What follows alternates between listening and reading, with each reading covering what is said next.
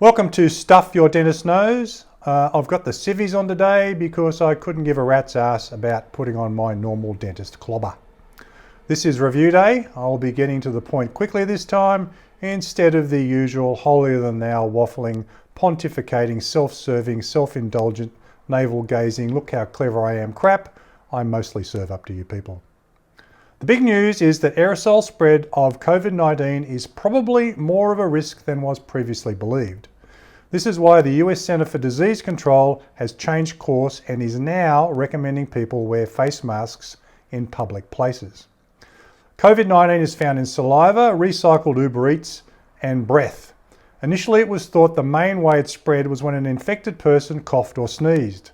The virus, in droplets of spit and snot, technical terms, fall onto surfaces. If you touch an infected surface, then touch your eyes, nose or mouth, you can then become infected.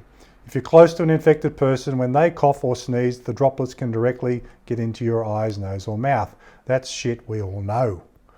There have been a number of instances, however, where a single super spreader has infected large numbers of people.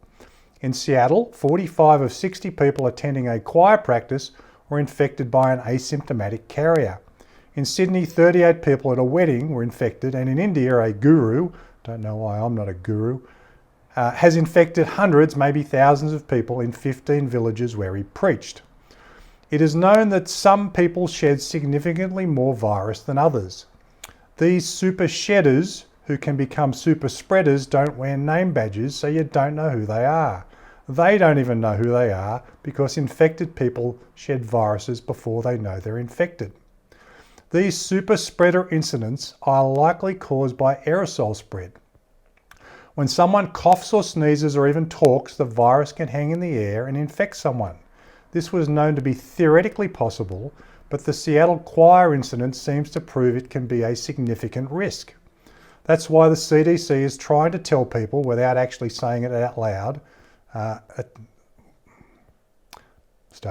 this isn't edited. That's what the CDC is trying to tell people without saying it out loud. It appears the choir people were practicing social distancing and hand hygiene, but 75% of them still got sick, so it had to be an aerosol. So what does this change in attitude, at least by the CDC in the US, mean? It means you should be wearing a mask in enclosed public spaces. Why enclosed public spaces?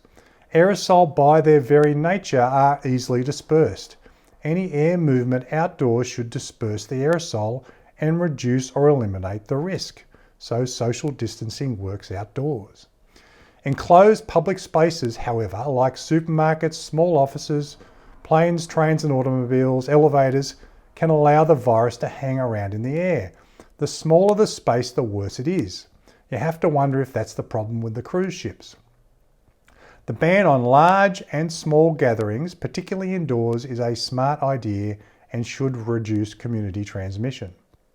Will wearing a mask protect you from getting infected? No, it won't. That's not the point. A mask, any sort of mask, will remove a super spreader's superpowers. It's not perfect, but it has to help. Yes, wearing a mask can reduce your risk of infection from aerosols, but it's a reduction in risk, not a removal of risk. Older people who could die if infected should remain isolated and not rely on masks to save them. If you have to go out, say to the doctors, then a mask of some sort would be smart to reduce the risk. Similarly,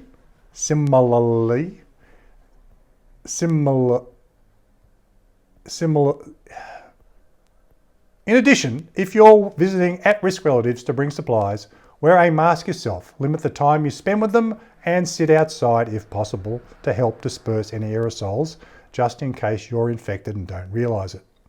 I really don't think you need a mask if you're going outside, social distancing and playing by the rules.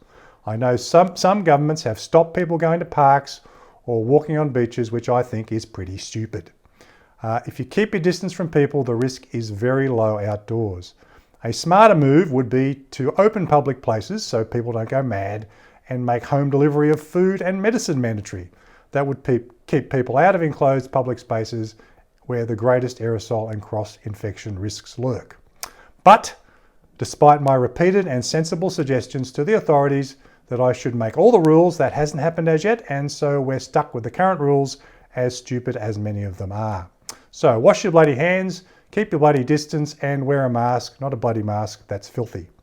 Wear a mask in enclosed public spaces and vote one Brett to be king, or at least some sort of well-meaning overlord to overturn those rules that are patently stupid. Please subscribe if you find these things useful and share them on social media to annoy your friends. I promise you it will work. You have a politician and spider-free day.